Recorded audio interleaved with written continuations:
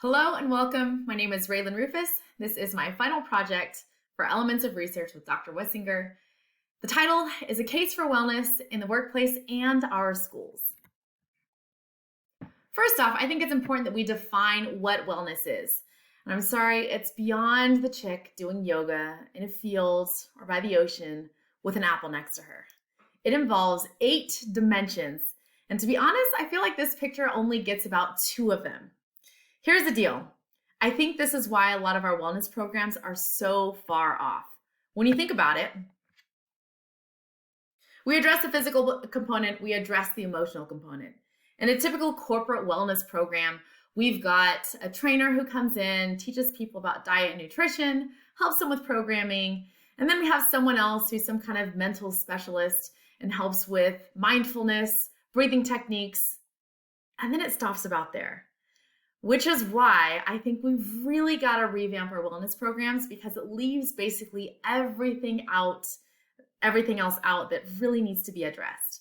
So I wanted to rethink about what wellness should look like and some images of wellness. And I'm going to go ahead and also take the liberty to show off my amazing, beautiful family, because studies show you're more likely to listen to me if I show pictures of my family. So here they are. And one thing that I want to point out, as opposed to a lot of our other wellness type images, every single one of these images is in a community of people.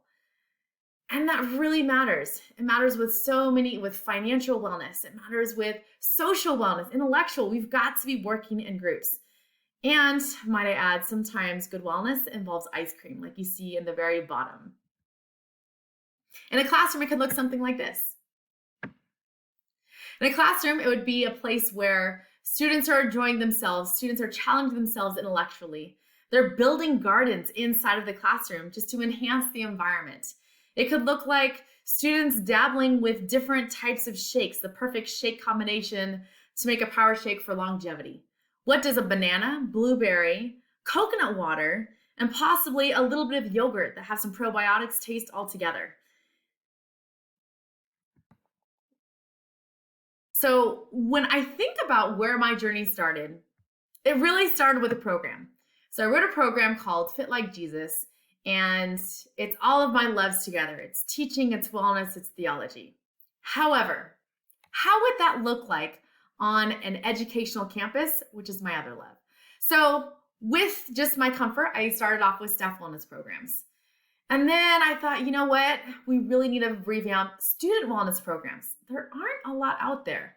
And then I was thinking, you know what? If we could have the conversation of students and staff together in the classroom around this wellness program that's on a campus, win-win. But I left out a very vital component, the parent. So in this presentation, I hope to address all 3, parent, student, and staff, and there should be wellness programs for all 3. So let's go ahead and take a look at what does the research actually say about these programs. The first study that I want to look at is called Wearing My Spiritual Jacket, and the title is just so fitting. First off, there's a distinction made between religion and spirituality. Religion is the habitual things you do, like pray 3 times a day, go to church, that sort of thing. Spirituality, though, that is much deeper. And studies are showing, this one in particular, shows just how powerful that is with some of these high-risk and at-risk students. Give it all away is activating that faith talk, giving all of your worries away to something higher, which is going to give you the hope for today and the faith for the tomorrow and the future that you have ahead of you. Wearing my spiritual jacket is just like you put on your regular clothes, putting on this spiritual bulletproof jacket that's going to help you get through anything that comes in your way. So the spiritual component being very vital to decreasing anxiety, decreasing depression, and increasing overall success for these students. This next study that was looked at was fascinating. This is a group of Brazilian women who have this terrible disease. It's an autoimmune disease, and it's called CS. Basically what it does is they have these hyperactive neurons, so they're constantly in pain.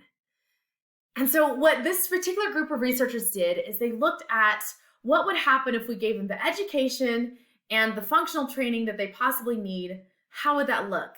And here's the underlying piece that they did. If they put them in community, I really feel like that is one of the big pieces we can gather from this particular study, is the importance of community and meeting people where they are. Check it out. The pain intensity, it didn't change whatsoever. They had the same amount of pain. However, their functionality increased and their quality of life. I think that's a win right there. Next up, we had a group of nurses, and this was making changes from the inside out, your classic action research. When they did their actual interviews, this was the type of interview that they did, the process they did. They did the Gibson reflective cycle. These interviews took a really long time. They really tried to hear out people who works there, what's working, what's not working. And they did this multiple times. They did this in the middle of the study and they did this at the very end. Here's what they found. Leisure time matters. Recreation matters a lot. So let's bring the ping pong table and put it in the lunchroom. It's really where it belongs. Work-home balance, when you think about nurses and educators, but in particular, this study about nurses, that work-home balance is so important and something that needs to be looked at, addressed, and nurses really need to be equipped for that. Communication. Here's the thing. Not just literally shift by shift what we need to do as far as changes, but also how we communicate, the positive messages. Human resources, that's that central hub, and it needs to be a central hub. It needs to be welcoming. It's got to be very well organized. On an educational campus, that looks like the office. Last but not least, we know this, mental health, it matters. It matters a lot. The next study that I looked at was one that involved wellness apps. Here's the kicker. I really like this one. So we saw solid curriculum, and there was another component, the parents. Here's the deal. There were students who were given the wellness app. They did great. They had success, 6-month follow-up, 2-year follow-up, doing good. But the group who had parent students along with them skyrocketed their success, which tells us we've got to figure out more ways to get parents involved in their students' education. They want to be involved. And it goes to show that they do make a huge difference. So let's go ahead and recap all of this and put it all together. What can we do? Well, let's have Bible study. I'm dead serious. Let's have Bible study with students. Let's have Bible study with staff. With the Brazilian women, we learned that it's really important to learn about conditions, how to treat them, and really improve that functional training. And also, community matters a lot. With the group of nurses, I've been saying it, I'm going to say it again. Ping pong tables belong in the staff lunchroom. We've got to increase that leisure activity. And communication matters a heck of a lot. Last but not least, let's figure out how to get parents more involved, and let's get solid wellness curriculums going. The bottom line is, to service students best, I also need to service their communities, which involves the teachers and the parents. So this is the Jasmine Irie campus. This is the whole reason I moved to Pittsburgh. Let's go ahead and take a look inside and see kind of some of the things that they have. So I did not have the money to get this funded, so I partnered with someone who did. This is an example of a hangout, and truly I think that a hangout should be on every single campus. I mean, if you just look at the interaction between staff and students, and this could be community members, this could be parents, think about the kinds of conversations that could happen over a nice game of pool. I think that we should have discounted gym memberships for staff and parents who go with their students. And one day, I'm going to build my own special gym that I don't have time to tell you about in this short presentation. Last but not least, have a facility like the Jasmine Irie campus. Once it opens, I promise you, you're going to read about it. It's going to be awesome. And this is a place where by day, we're servicing parents and teachers. By afternoon, we're servicing students. By evening, we're servicing the entire family. And also by day, we're servicing another community that really needs to be targeted, and that is special needs adults. So the reality is a facility like that costs a lot. So what can you do in the meantime? There's still a ton you can do. Like I said, ping pong tables for staff and students. We should have classrooms be a place where students love to be. Let's have that flexible seating. Let's get those colors in the classroom. Let's have it be a little less traditional. Let's teach parents, staff, and students financial literacy. Everyone needs to know it. Let's ask for fitness program discounts and have virtual cooking classes. How about encourage intellectual wellness beyond content-specific areas? This means clubs, not just for students. Staff and parents can be members of those clubs as well. Let's create more intramural type programs to increase that leisure activity that we all know we need. How about creating opportunities for students, staff, and parents to serve one another? In health challenges, it needs to include more than just diet and exercise. We've got to incorporate those other wellness components in there as well. Gardens and plants should be in every single classroom, and check it out. If you don't have the space, build it right inside your classroom. More family events as well. And I really feel like this top picture showcases an example of what some of those servicing projects could look like. This was Trojan Thrift. Parents, teachers would bring in gently used clothes, community members as well. And then every so often we would hold a free thrift store. The slogan was Trojan Thrifts, grab what you need.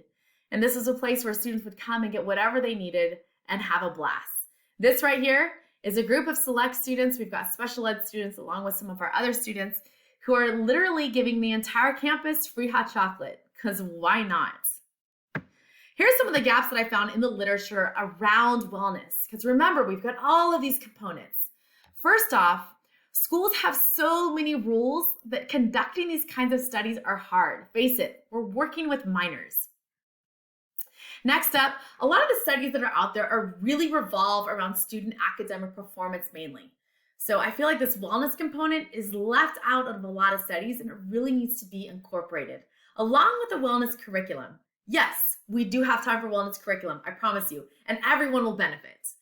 Here's the deal. Post-pandemic, I have some faith. I think that we're realizing just how important wellness is beyond just this physical wellness, but all of the other components. It's really exploited that we live in a society that needs wellness curriculum. Last but not least, a cohesive wellness curriculum for parents, student, and staff.